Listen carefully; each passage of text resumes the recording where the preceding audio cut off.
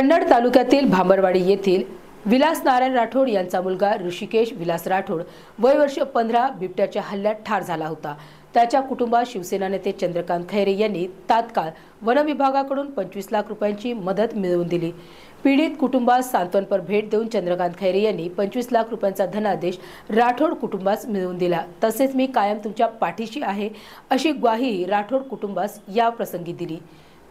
तसेच उपस्थित वन विभाग व महसूल विभाग यांच्या अधिकाऱ्यांना तात्काळ बिबट्याचा बंदोबस्त करण्याचेही आदेश दिले। वातावरण गावातलं वातावरण त्या ठिकाणी टेन्शन झालं होतं। सगळे भावना सगळं बिघडली आणि मग त्या ठिकाणी अजून जास्त होईल।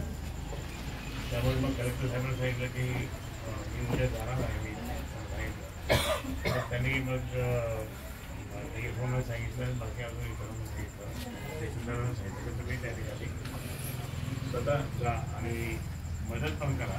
ही मदत आपली आपण देतो 25 लाखाची, ती 25 लाखाची मदत पण करा आणि त्याप्रमाणे त्याचे आता प्रिकॉशन घेतात ते पण करा असं त्यांनी त्यावेळेस सांगितलं। मी स्वतः इथे आलो, मग आपल्या आरोग्यताईचा पहिले झालेलं होतं परीक्षा झाले आणि नंतर मग तहसीलदार पाहतो, मग नंतर अशी स्वतः डिस्कनेक्टचा मग स्वतः नाईकवाडीसाठी वाईल्डलाईफचे DCF आहे, तर त्यामुळे मग त्यांनाही सांगितलं की तुम्ही पण या।